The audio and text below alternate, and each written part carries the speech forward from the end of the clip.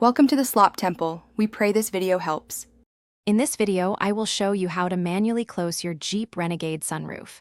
First, find the emergency tool, usually in your glove box. Next, carefully remove the small plastic cover located near the sunroof motor. This cover often has a small slot for easy removal. Once the cover is off, you'll see an opening where the tool needs to be inserted. Now, with the tool in place, gently turn it clockwise. You'll notice the sunroof slowly starting to move. Keep turning the tool in the same direction, applying steady and consistent pressure. It might take a few minutes, but continue until the sunroof is completely closed and sealed. Don't force it, just maintain a smooth turning motion. Once you believe the sunroof is closed, it's important to confirm it's fully sealed.